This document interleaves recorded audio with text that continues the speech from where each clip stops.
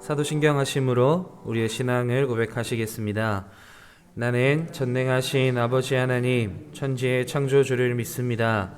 나는 그의 유일하신 아들, 우리 주 예수 그리스도를 믿습니다.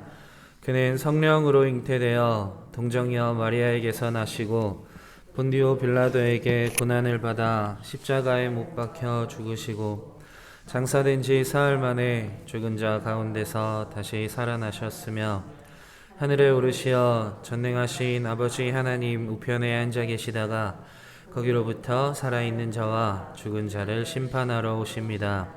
나는 성령을 믿으며 거룩한 공교회와 성도의 교제와 죄를 용서받는 것과 몸의 부활과 영생을 믿습니다. 아멘. 오늘 우리에게 주시는 하나님의 말씀은 마태복음 24장 1절부터 44절까지인데 3절에서 14절 말씀으로 함께 말씀 나누겠습니다. 마태복음 24장 3절에서 14절 말씀입니다. 저와 여러분의 순서로 교독하시겠습니다. 예수께서 감람산 위에 앉으셨을 때에 제자들이 조용히 와서 이르되 우리에게 이르소서 어느 때에 이런 일이 있겠사오며 또 주의 임하심과 세상 끝에는 무슨 징조가 있사오리까?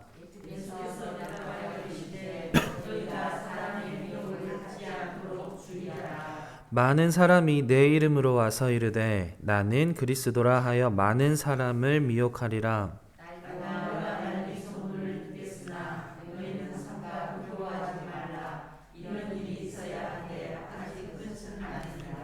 민족이 민족을 나라가 나라를 대적하여 일어나겠고 곳곳에 기근과 지진이 있으리니 그때에 사람들이 너희를 환난에 넘겨주겠으며 너희를 죽이리니 너희가 내 이름 때문에 모든 민족에게 미움을 받으리라.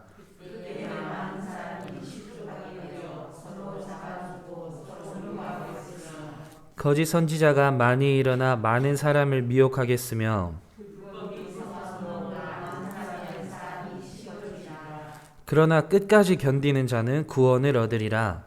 이 천국 복음이 모든 민족에게 증언되기 위하여 온 세상에 전파되리니 그제야 끝이 오리라.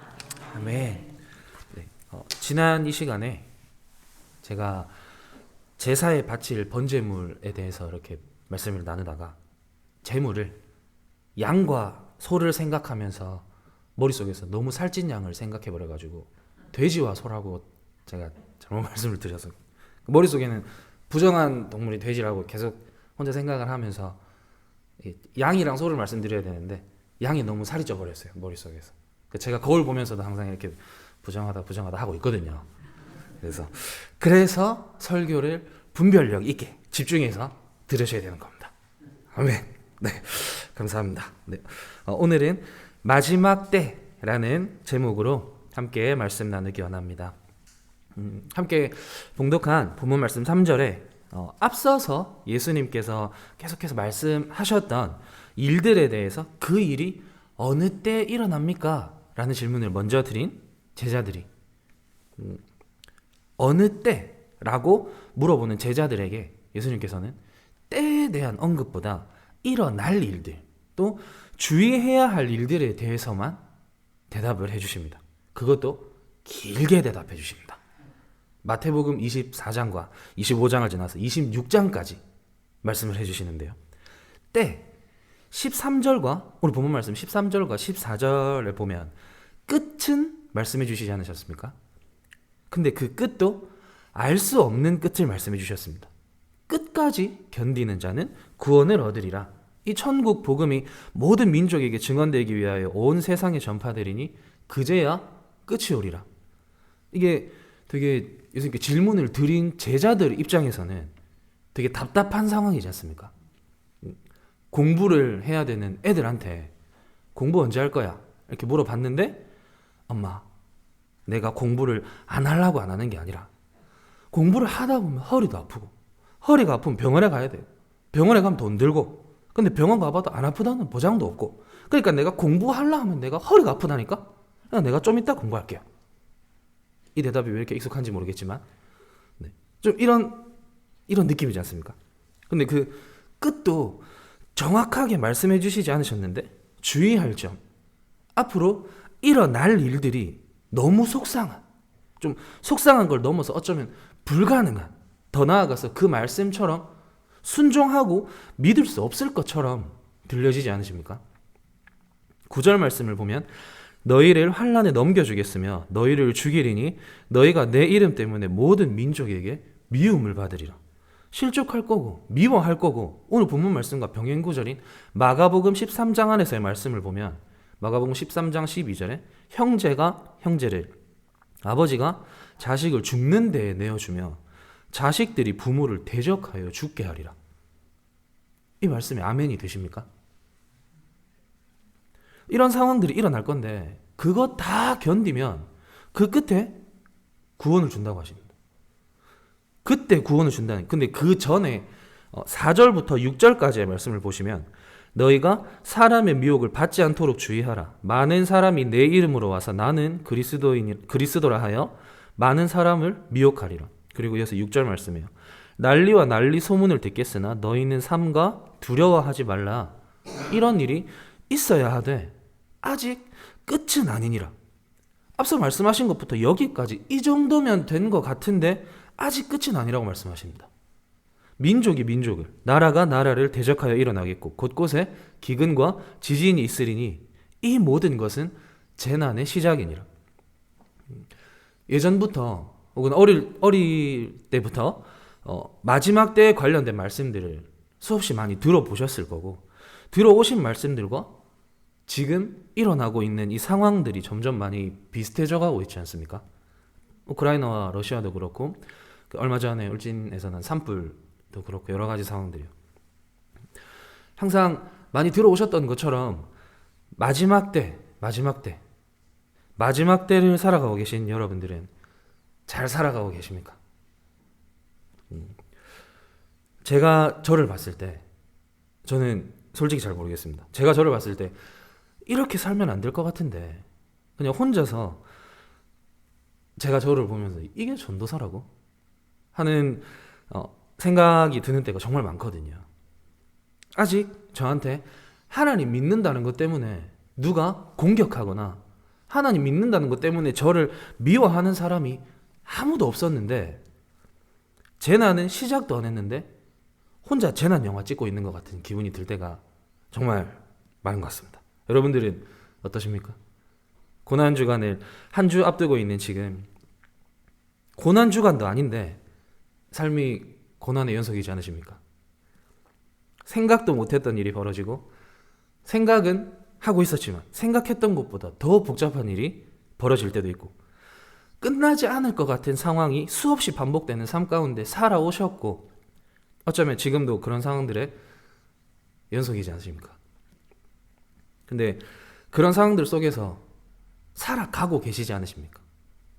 지금까지 잘 견뎌오셨고 지금도 잘 견뎌내고 계시지 않으십니까? 13절에 끝까지 견디는 자는 구원을 얻으리라. 여기서의 끝은 일반적으로 알고 계시는 단순한 성전 파괴와 예루살렘의 멸망만을 의미하지 않고 온 우주적 멸망과 심판의 때라는 뜻도 있지만, 앞선 본문과 이어서 함께 본다면 성도가 견디어 구원을 받는 한계, 그러니까 주님의 이름 때문에 다른 모든 사람들로부터 미움을 받는 그 상황의 끝, 그리고 주위 많은 사람들이 하나님에 대한 신앙 그리고 사랑과 믿음을 버리는 그 상황의 끝을 가리키는 것이라고 볼 수 있습니다. 끝까지 견딘다는 것은 진짜 말 그대로 끝까지 견디는 것입니다. 나에게 고통을 주는 환경, 사람, 그 어떤 것들이 피해간다는 것도 아니고 약해진다는 것도 아니라 진짜 말 그대로 견딘다는 것입니다. 아이를 낳아보신 분들은 아시겠지만 사랑하는 남편이 옆에서 지켜주고 있다고 해서 내가 너무 사랑하는 내 아이가 태어나는 거라고 해도 고통이 없어지는 게 아닌 거죠. 낳을 때의 고통은 육체적 고통을 받고요. 그 아이를 양육할 때는 육체적인 것과 더불어 정신적인 고통을 더 많이 받게 되지 않습니까? 제가 이걸 어떻게 알고 있는지는 모르겠지만 견딘다는 거죠. 견딘다는 4절부터 12절까지 그 앞서부터 말씀하셨던 힘들고 고통스러운 이해할 수 없을지도 모르는 그 모든 것을 13절 말씀에 끝까지 견디는 자는 구원을 얻으리라고 말씀하고 있는 것입니다. 히브리서 10장 35절 36절 말씀에 그러므로 너희 담대함을 버리지 말라 이것이 큰 상을 얻게 하느니라. 36절에요. 너희에게 인내가 필요함은 너희가 하나님의 뜻을 행한 후에 약속하신 것을 받기 위함이라. 그리고 같은 장 39절 말씀에 우리는 뒤로 물러가 멸망할 자가 아니요 오직 영혼을 구원함에 이르는 믿음을 가진 자니라. 금방 나눴던 히브리서 10장 35절 36절 말씀을 이어서 함께 보면 인내가 필요하고 담대함을 버리지 말라는 것입니다. 왜냐하면 이것이 큰 상을 얻게 하는 것이고 그 큰 상이 우리가 하나님의 뜻을 행한 후에 주실 약속하신 그 큰 상, 약속하신 그 큰 상이 무엇입니까? 영원한 축복, 천국. 그것을 소망하고 살아가야 되지 않겠습니까? 세상에서 해석되어지는 끝. 우리는 그 끝을 정말 일반적으로 우리가 이해하는 끝이 아니라 하나님과 함께 영원한 천국에서 누릴 그 참된 복으로 알고 믿고 기대해야 한다는 것입니다.